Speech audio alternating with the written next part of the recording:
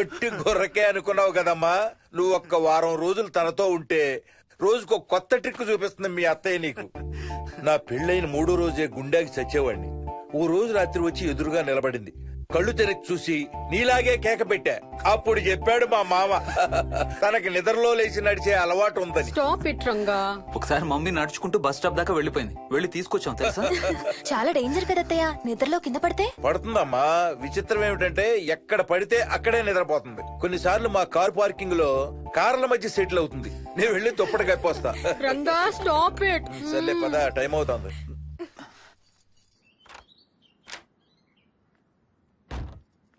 ఏమండి cell phone తీసుకున్నారా? తీసుకున్నా. వాళ్ళని డ్రాప్ చేసి ఆఫీస్కి వెళ్తాను. ఏ నువ్వు కూడా వాళ్ళతో పాటు వెళ్ళొచ్చుగా. ఎవరో దినానికి వెళ్తున్నారు, నేను అక్కడికి వెళ్ళి ఏం చేస్తాను? అయినా ఇంత ఇంట్లో నన్ను రోజు ఒక్కదాన్నే వదిలేసి ఆఫీస్కి వెళ్ళిపోతావా? లేదు లేదు, వారానికి 5 రోజులు సెలవు పెట్టేసి నీతోనే ఉంటాను. మరి మిగతా 2 రోజులు? సాటర్డే సండే వాళ్ళే ఆఫీస్ తారు కదా. ఏ ఇంట్లో ఒక్కదాని ఏం చేస్తావు? నువ్వు ఎప్పుడు వస్తావా అని నీకోసం పడిగాపులు కాస్తూ ఉంటాను. అవును.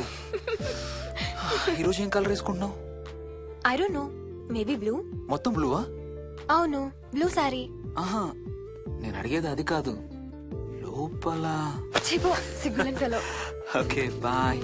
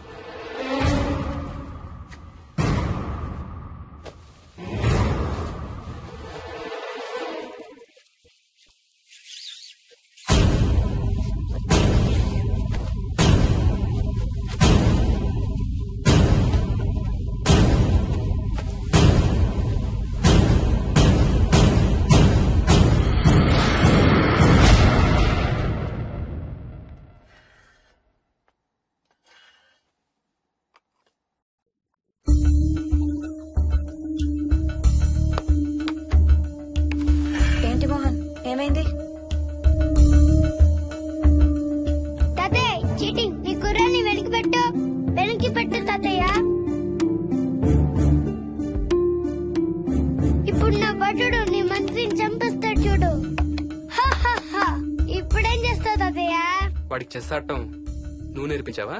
లేదే. ఇంకెంతసేపు తాతయ్య త్వరగా ఆడు. రేయ్, ఎవరితో ఆడుతున్నావురా? తాతయ్యతో. ఏడు తాతయ్య? ఇదిగో అక్కడ కూర్చున్నాడు. ఎక్కడా? ఇక్కడ. ఇంకోసారి తాతయ్య అన్నావు అంటే పడతాయి నీకు. వెళ్ళు వెళ్ళి ఆ బ్యాట్ తీసుకుని రా, బయటికి వెళ్ళి క్రికెట్ ఆడదాం. నేను నీతో ఆడను పో. వికయ్ వికయ్ వికయ్. చిన్న పిల్లలతో మాట్లాడేది అలాగేనా? మరి ఇంకెలా మాట్లాడతారు? వికీ వికీ డాడీ నన్ను ఎప్పుడు తిడతాడు mummy. That's because he loves you so much baby. నువ్వంటే చాలా ఇష్టం కాబట్టి.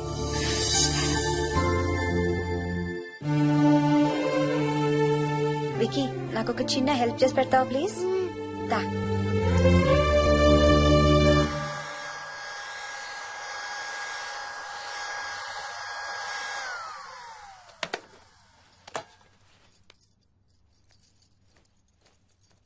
Hi aunty. Hi Vicky. Mummy మీకు బాక్స్ ఇచ్చిరమ్మంది. Thank you. రా లోపలికి రా. ఏంటి స్కూల్ కి హాలిడేనా ఇవాళ? లేదంటే నేనే స్కూల్ కి హాలిడే ఇచ్చేసాను. అంటే నేను అంకుల్ ప్లే స్టేషన్ లో గేమ్స్ ఆడుకొచ్చా. ఓకే, వెళ్ళి ఆడుకో.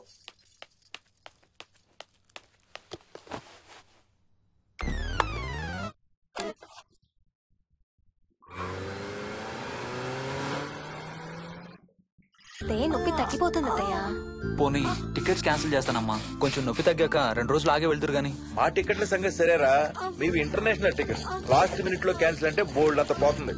మీ అమ్మ సంగతి నాకు వదిలే, ఇంటికి తీసుకెళ్ళి నేను చూసుకుంటాగా. నానా. మొలిగిన చాలు గానీ ట్రైన్ టైం అవుతుంది. లేవే లే. Stop it, Ranga. లే. Ranga, stop it. అసలు నువ్వు రాత్రిపూట నడవకుండా మంచానికి గొలుసులేసి కట్టేయాలి. Stop it. పగలబండి కాబట్టి సరిపోయింది. అదే ఏ రాత్రి ట్రైన్ అయితే బెర్త దిగి ఎటో పోయేదానివి. ఏ తలుపో తీసుంటే గోవిందా గోవిందా. Stop it Ranga. అబ్బా నువ్వు ఊరుకోనన్నా, అసలే అమ్మ నొప్పితో బాధపడుతుంటే. బాయ్ మోహిని, అక్కడ ఫ్లైట్ దిగాక ఫోన్ చెయ్యమ్మా. అలాగే అత్తయ్య. బుచ్చయ్య అయ్యా. వస్తాం. మా వాళ్ళని జాగ్రత్తగా చూసుకో. సరే అయ్యా. యాదమ్మా వస్తాం. అలాగేనయ్యా. బాయ్ మోహిని. బాయ్ మావయ్య. Happy journey. Bye. Thank you అమ్మా. Hyderabad to Paris 10 hours journey. First class seats beds లా ఉంటాయి. ఆలోచించు మరి. అసలు ఆ క్షణం గురించి నేను ఆలోచించని క్షణమే లేదు. ఆ బెడ్స్ లాంటి సీట్స్ మీద నువ్వు నేను, అబ్బా తలుచుకుంటే నా ఒళ్ళంతా వేడెక్కిపోతుంది. ఏంటేంటి? మ్మ్. కావాలంటే ఒక్కసారి టచ్ చేసి చూడు. ఏ ఇప్పుడా? మ్మ్. ఇప్పుడే. టచ్ తో ఆగలేనేమో. అయితే మానే.